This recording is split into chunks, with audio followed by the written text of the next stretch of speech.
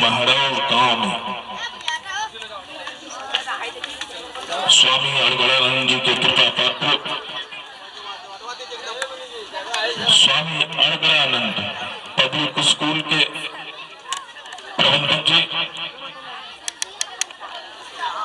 हमारे बीच में आए, डॉक्टर कुंदन जी,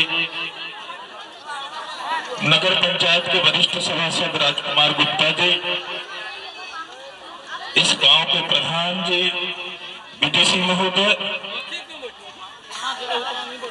तमाम सम्मानित नागरिकगण और तमाम विद्यालयों के आए प्रबंधक और प्रधानाचार्य का मैं अभिनंदन करता हूं।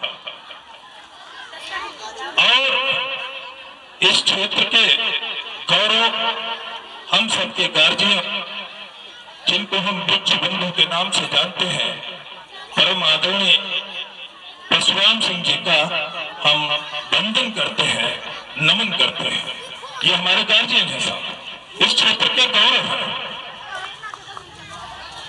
मैं यहाँ भाषण देने नहीं आया हूं, लेकिन इस छोटे छोटे बच्चे जो अपने स्कूल की इस वार्षिक उत्सव में जो अपनी प्रतिभा दिखा रहे हैं, उनसे हम लोगों को सीख लेनी चाहिए।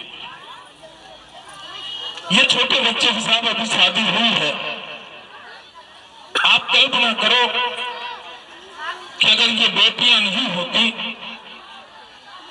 तो बहू कहां से ले आती? ये हमारी बेटियां नहीं होती तो बहू कहां से आती?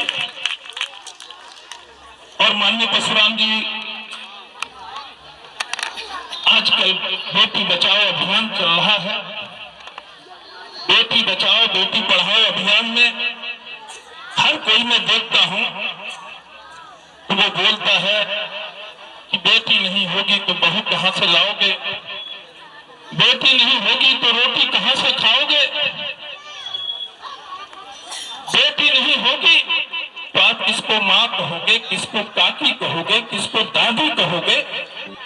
लेकिन मेरा सोच थोड़ा सा अलग है और इस छोटे छोटे बच्चों को लेकर के एक संदेश में देना चाहता हूं।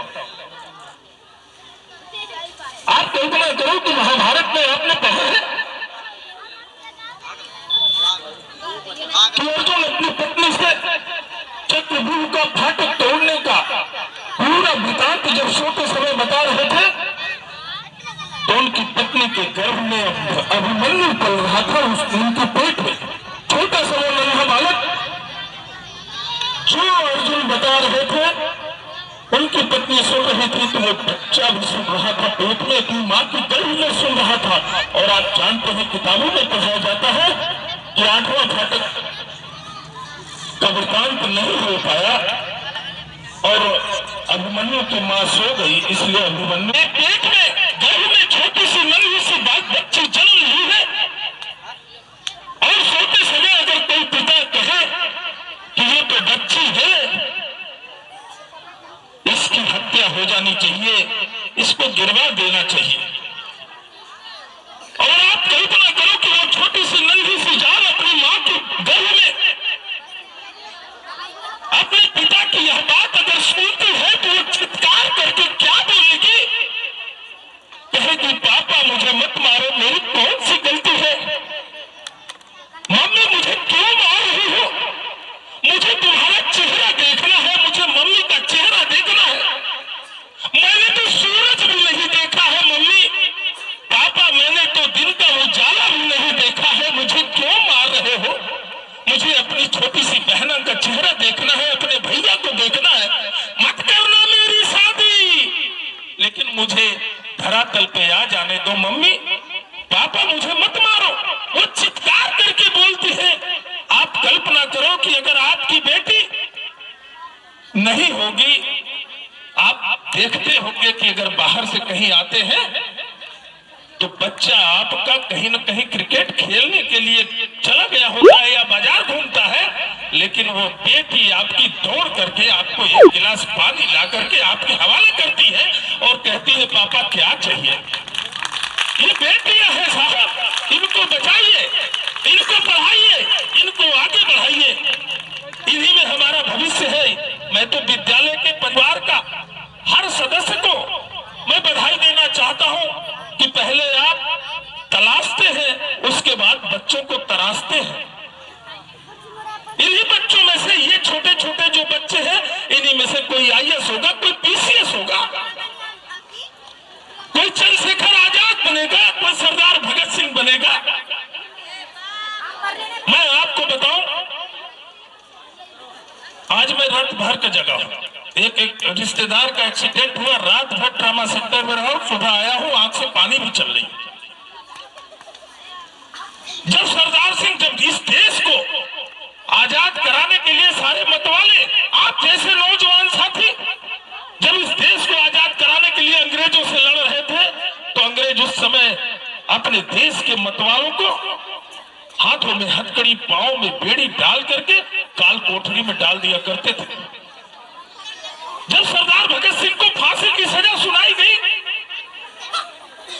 उनको फांसी के तख्ते तक ले जाया गया और उनसे पूछा गया कि क्यों सरदार भगत सिंह, तुम्हारी अंतिम इच्छा क्या है, बताओ। तब सरदार भगत सिंह ने कहा कि मेरी अंतिम इच्छा है कि मेरी मां को मेरे सामने बुला दो। अंग्रेजों ने उनकी मां को उनके सामने बुला दिया। उनकी मां, सरदार भगत सिंह की मां, अपने बेटे को फांसी के फंदे पर देख करके पता नहीं क्यों रोने लग गई। जब रोने लग गई तब अंग्रेजों ने कहा, क्यों रे बुढ़िया, आज अपने बेटे को फांसी के फंदे पर देख करके रो रही हो और देश को आजाद नहीं करवाओगी। फिर भी चुप रही वो मां, सरदार भगत सिंह की मां चुप रही, रोती रही। जब दोबारा अंग्रेज बोला कि क्यों रे बुढ़िया, बोलती क्यों नहीं और देश आजाद नहीं कराओगी, तब उस मां ने क्या जवाब दिया, ये हमारे हर भारतीय माताओं का यही जवाब होना चाहिए, हमें जहां तक उम्मीद है। मां ने कहा, क्या अंग्रेज है गोरे, मैं इसलिए नहीं रो रही कि देश को, अपनी भारत मां को आजाद कराने के लिए मेरा बेटा जो है फांसी के तख्ते पर झूल रहा है, मैं तो उस विधाता पे रो रही हूं कि मुझे एक ही बेटा दिया, अगर 100 बेटा देता तो इस देश को आजाद कराने के लिए मैं फांसी के तख्ते पर झूलते, तब भी मैं हंस करके कहती कि झूल जाओ बेटा। ये अपनी भारतीय माताओं का ये है। हम तो कहते हैं कि एक संदेश है, अपने बच्चों को बचाइए, बेटियों को बचाइए, उनको पढ़ाइए, उनको आगे बढ़ाइए। बेटियों का प्रतिशत कम होता जा रहा, इसलिए आपको ध्यान देने की जरूरत है। एक कार्यक्रम हमने और देखा, एक लड़का लोटा लेकर के यहां वहां शौच के लिए मारा मारा फिर रहा था।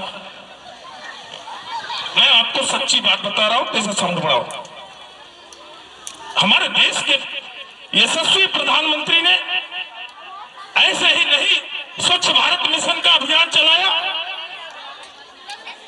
सर्वे हुआ पूरे देश में, पूरे विश्व स्तर पे सर्वे हुआ और सर्वे होने के बाद ये बात पता लगी कि जो खुले में गंदगी होती है, शौच होता है, आपको दिखाई देने वाला एक कीटाणु उस पर दिखाई देगा, लेकिन आप दूरबीन से देखोगे तो हजारों कीटाणु आपको दिखाई देंगे जो वहां बैठते हैं और वही आपके घरों में जाते हैं, तकिया पे, बिस्तर पे, खाना पे आपके हाथों में बैठते हैं और इससे घर घर बीमारी फैलती। आप बता दो आज के डेट में कि कौन सा ऐसा इस महरौर गांव का घर है जिस घर में कोई न कोई थोड़ा हो या ज्यादा हो बीमार नहीं है, आप बता दो।